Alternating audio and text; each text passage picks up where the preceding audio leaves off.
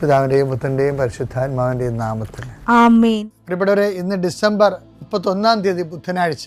അമ്മേ പരിശുദ്ധ അമ്മേ, അമ്മേ പരിശുദ്ധമേ, ദൈവമാതാവേ, കൃപാസനത്തിലൂടെ ഞങ്ങൾക്കും ഞങ്ങളുടെ ദേശത്തിനും അമ്മ മധ്യസ്ഥം തേടി തന്ന എല്ലാ അനുഗ്രഹങ്ങൾക്കും കൃപകൾക്കും ഞങ്ങളിപ്പോൾ ഹൃദയം നിറഞ്ഞ നന്ദി പറയുന്നു. അമ്മേ പരിശുദ്ധമേ, ദൈവമാതാവേ, 2004 ഡിസംബർ 7 ഉച്ചകഴിഞ്ഞ് 2:30 കൃപാസനത്തിൽ സംഭവിച്ച അമ്മയുടെ പ്രത്യക്ഷപ്പെടലിനെ കുറിച്ച് തിരുസഭയ്ക്ക് സമർപ്പിച്ചിരിക്കുന്ന പഠനരേഖകളുടെ മേൽ സഭാത്മകമായ പഠനം ആരംഭിക്കുവാൻ ഞങ്ങൾ പ്രാർത്ഥിക്കുന്നു. അമ്മേ പരിശുദ്ധമേ, ഭൂസ്വർലോകങ്ങളുടെ രാജ്ഞിയായ അങ്ങേയ്ക്ക് ഭൗമസംരക്ഷണത്തിനായി പ്രപഞ്ചപ്രകൃതിയെ തന്നെ തിരുസഭ പ്രതിഷ്ഠിക്കുവാൻ ഈ പ്രത്യക്ഷീകരണം വഴി ഇടയാക്കണമേ. പരിശുദ്ധമേ, ജപമാല മാതാവേ, സകല കൃപാസനം പ്രാർത്ഥനയോടും ചേർത്ത് ഞങ്ങളിപ്പോൾ പ്രാർത്ഥിക്കുന്ന ഈ കുടുംബത്തിന്റെ പ്രത്യേക നിയോഗം പറ മക്കളെ.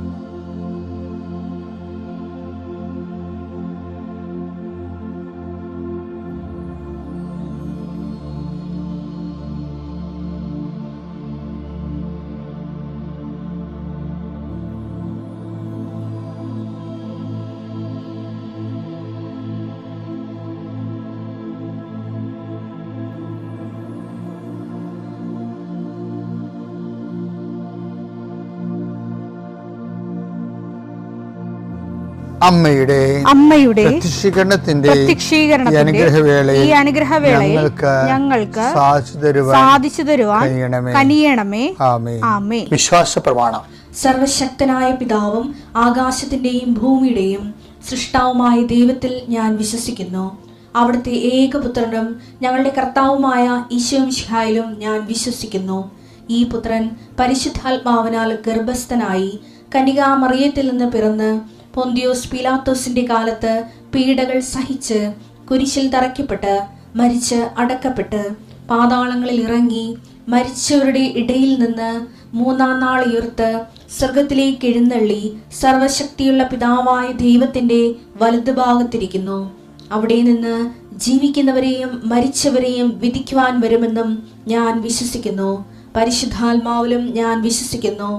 വിശുദ്ധ കത്തോലിക്കാ സഭയിലും പുണ്യവാന്മാരുടെ ഐക്യത്തിലും പാപങ്ങളുടെ മോചനത്തിലും ശരീരത്തിന്റെ ഉയർപ്പിലും നിത്യമായ ജീവിതത്തിലും ഞാൻ വിശ്വസിക്കുന്നു.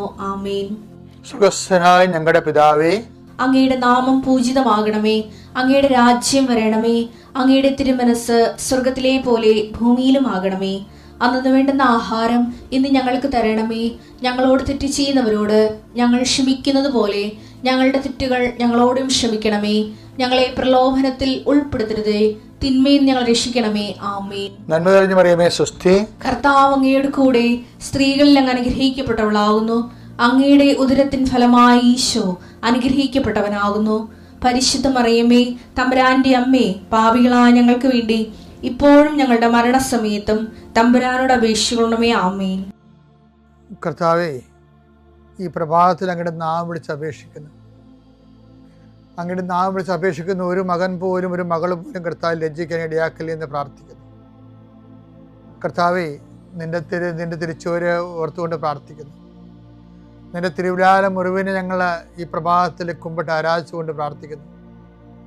കർത്താവേ, ഞങ്ങൾക്ക് വേണ്ടി ക്രൂശിക്കപ്പെട്ടവനെ, ഞങ്ങൾക്ക് വേണ്ടി തിരുവിലാൽ മുറിവേറ്റവനെ, കർത്താവേ, ഞങ്ങൾക്ക് വേണ്ടി മുൾക്കട ചൂടിയവനെ, കർത്താവേ, നിന്റെ നാമം വിളിച്ചപേക്ഷിക്കുന്ന ഈ ഭാരപ്പെട്ട മക്കള്, കർത്താവേ, ഇന്ന് ഏറ്റെടുക്കേണ്ട ഉത്തരവാദിത്തങ്ങൾ, അധ്വാനിക്കുന്നതിനും ഭാരം വഹിക്കുന്നതിൻ്റെയൊക്കെ വരിക ഞങ്ങളെ ആസ്പിക്കാൻ നടത്തിയ കർത്താവേ, നിന്റെ ആശ്വാസം അക്ഷരാർത്ഥത്തിൽ ഈ പ്രാർത്ഥന കൊണ്ട് ഞങ്ങളുടെ മക്കളെ അനുഭവിക്കാൻ ഇടയാക്കണം പ്രാർത്ഥിക്കുന്നു.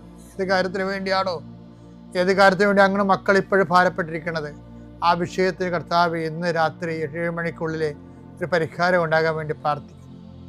ആ സാമ്പത്തിക വിഷയമാകാം, കോടതി കേസാകാം, വസ്തു വിൽപ്പനയോ വാങ്ങലോ ആകാം, അല്ലെങ്കിൽ പ്രതീക്ഷിച്ചുകൊണ്ടിരിക്കുന്ന കത്താകാം, അല്ലെങ്കിൽ ഒരു ഇമെയിലാകാം, അല്ലെങ്കിൽ ഒരു അനുവാദമാകാം. എന്താണ് ഈശോ തടഞ്ഞു നിർത്തിയിരിക്കുന്നത്? ആ തടസ്സമെല്ലാം 40 വർഷം ഞാൻ അർപ്പിച്ച കൃപാനയുടെ യോഗ്യതയാണ്. കൃപാസ്ഥാനത്താറെ ജീവനോടെ പ്രത്യക്ഷപ്പെട്ട പരിശുദ്ധയുടെ മാധ്യസ്ഥത്തിൽ ഈശോ നാമത്തിൽ മാറിപ്പോകട്ടെ എന്ന് കൽപ്പിക്കുന്നു. രോഗികൾ, പീഡിതരെ, മനപ്രയാസമുള്ളവർ, കുടുംബം തകർന്നുകൊണ്ടിരിക്കുന്നവർ, മക്കളെ ഓർത്ത് വേദി കൊള്ളുന്നവർ, വീടില്ലാത്തവർ, വഴിയില്ലാത്തവർ, കർത്താവ് അവർക്കെല്ലാം കർത്താവേ നിന്റെ സാധ്യത നൽകിയ പുതിയ വഴി അവരെ കൊണ്ട് തന്നെ കണ്ടുപിടിക്കുന്നതിന് വേണ്ടി കർത്താവ് നീ അവരെ സഹായിക്കണം പ്രാർത്ഥിക്കുന്നു. പീഡിതരെ, സാമ്പത്തിക ബാധ്യത വിഷമിക്കുന്നവരെ, കേസ് അകപ്പെട്ടിരിക്കുന്നവരെ, ഭീഷണിക്ക് വന്നിരിക്കുന്നവരെ, ഓരോരുത്തരും ഡേറ്റ് പറഞ്ഞതിന് ശേഷം കർത്താവ് അത് പാലിക്കാൻ പറ്റാത്ത രീതിയിൽ വലിയ വിക്ഷോഭങ്ങളിലേക്കും പോകുന്നവർ, അതിൻ്റെ മാനസിക സമ്മർദ്ദം അനുഭവിക്കുന്നവർ, കർത്താവിൻ്റെ കരുണ അവിടെ സ്ഥാപിക്കുകയും അതിനെല്ലാം അതിജീവിക്കാനുള്ള പുതിയ മാർഗങ്ങളെ കർത്താവ് കണ്ടുപിടിക്കുകയും കർത്താവ് ധൈര്യമായിരിക്കുക ഞാൻ നിന്നോട് കൊണ്ടുവന്ന് അളിച്ച കർത്താവിൻ്റെ സാന്നിധ്യം അനുഭവിക്കാൻ ഇടയാകാൻ കൃപാസ്ഥാനത്താറെ ജീവനോടെ പ്രത്യക്ഷപ്പെട്ട പരിശുദ്ധ അമ്മയുടെ കരങ്ങളിലേക്ക് നിന്റെ കുടുംബത്തെ ഞാൻ ഏൽപ്പിച്ചുകൊണ്ട് പിതാവിൻ്റെയും പുത്രൻ്റെയും പരിശുദ്ധ നാമത്തിൽ നിന്നെ ആശീർവദിക്കുന്നു. ഈ ദിവസങ്ങളൊരു വലിയ വിസ്തൃതമായ ചിന്ത മനസ്സിൽ വന്ന് നിക്കിയ സുനഹദോസിൽ ആണ് നമ്മുടെ വിശ്വാസ പ്രമാണം ക്രോഡീകരിച്ചത്. വിശ്വാസ പ്രമാണത്തിൻ്റെ ക്രോഡീകരണത്തിൽ വിശുദ്ധ എസ്തപ്പാനോസിനുള്ള പങ്ക് കഴിഞ്ഞ ദിവസം ആൾത്താറ എന്നപ്പോൾ ഈശോ പറഞ്ഞാണ് ഇത് ഈ നിക്കിയ സുനഹദോസും എസ്തപ്പാനോസും തമ്മിൽ ബന്ധമുണ്ടെന്ന്. ഞാൻ തന്നെ അത്ഭുതപ്പെട്ടു. ഞാൻ കുറച്ചു നേരം വിസ്മയിച്ചിരുന്നത്.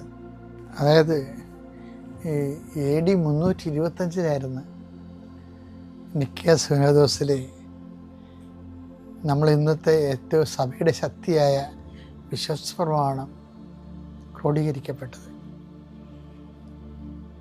അപ്പോൾ അതിൻ്റെ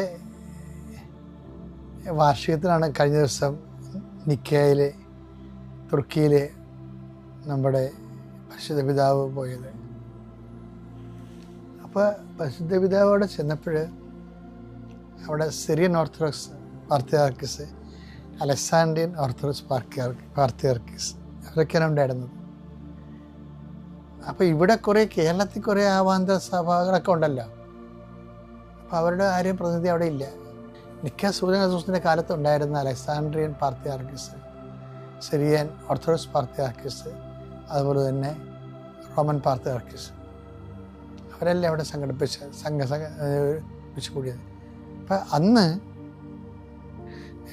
വിശ്വാസ പ്രമാണത്തിന് എടുത്ത ഒരു വിശ്വാസത്തിൻ്റെ ഒരു സംഭവം എന്താണ്? അതായത് അവിടുന്ന് മരിച്ച് ഉയർത്തെഴുന്നേറ്റ് പിതാവിൻ്റെ വലതുഭാഗത്തിരിക്കുന്നു. അപ്പം പിതാവിൻ്റെ വലതുഭാഗത്തിരിക്കുന്ന യേശു അത് ആദിമസഭയുടെ ഏറ്റവും വലിയ വിശ്വാസങ്ങളൊന്നാണത്. കർത്താവ് ജീവിച്ചിരുന്ന കാലത്ത് പറഞ്ഞിട്ടുണ്ട്. എന്താണ്? നമ്മുടെ ഈ 26:64 മത്തായിയുടെ സുവിശേഷം മനുഷ്യപുത്രൻ ശക്തിയുടെ വലതുവശത്ത് ഉപവിഷ്ടനാകുമെന്ന്. മത്തായി 26:64. യേശു അവനോട് പറഞ്ഞു, നീ പറഞ്ഞുവല്ലോ, എന്നാൽ ഞാൻ നിന്നോട് പറയുന്നു, ഇപ്പോൾ മുതൽ മനുഷ്യപുത്രൻ ശക്തിയുടെ വലതുഭാഗത്ത് ഉപവിഷ്ടനായിരിക്കുന്നതും വാനമേഘങ്ങളിൽ വരുന്നതും നിങ്ങൾ കാണും. അപ്പൊ അത് ക്രിസ്തു വെളിപ്പെടുത്തിയ സ്വർഗീയ രഹസ്യമാണ്. അത് നിങ്ങൾ കാണുമെന്നാ പറഞ്ഞത്. പക്ഷെ ആദ്യം കണ്ടതാരാ?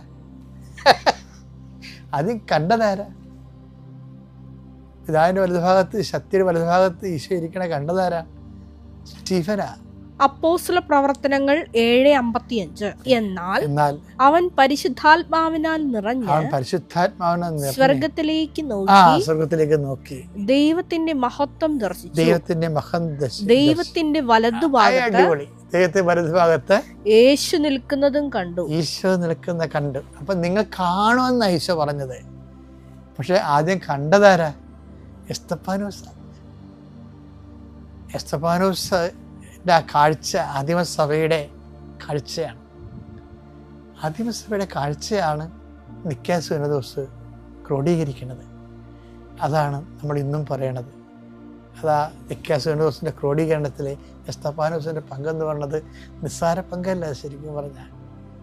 പക്ഷെ കാണുമ്പോഴെപ്പോഴും ഓർക്കേണ്ടതാണ്, നമുക്കിത് കാണുന്നതിനൊരു കുഴപ്പമൊന്നുമില്ല.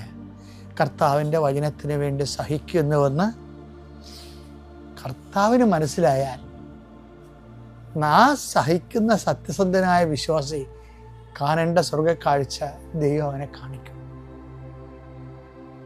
ഈ ഭൂമിയിൽ വെച്ച് തന്നെ സ്വർഗത്തിൻ്റെ കാഴ്ച കാണണം. അതാണ് വിശ്വാസം ഉയർത്തുന്ന വെല്ലുവിളി. ദൈവം നമ്മളെല്ലാവരും അനുഗ്രഹിക്കട്ടെ. പിതാവിൻ്റെയും പുത്രൻ്റെയും പരിശുദ്ധാത്മാവിൻ്റെ നാമത്തിൽ.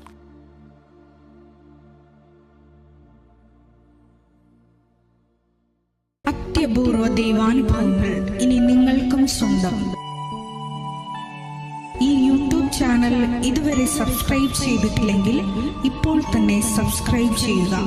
ഈ വീഡിയോ ഇപ്പോൾ തന്നെ നിങ്ങളുടെ സുഹൃത്തുക്കൾക്ക് ഷെയർ ചെയ്തുകൊണ്ട് കർത്താവിൻ്റെ പ്രേക്ഷിതരാകുക.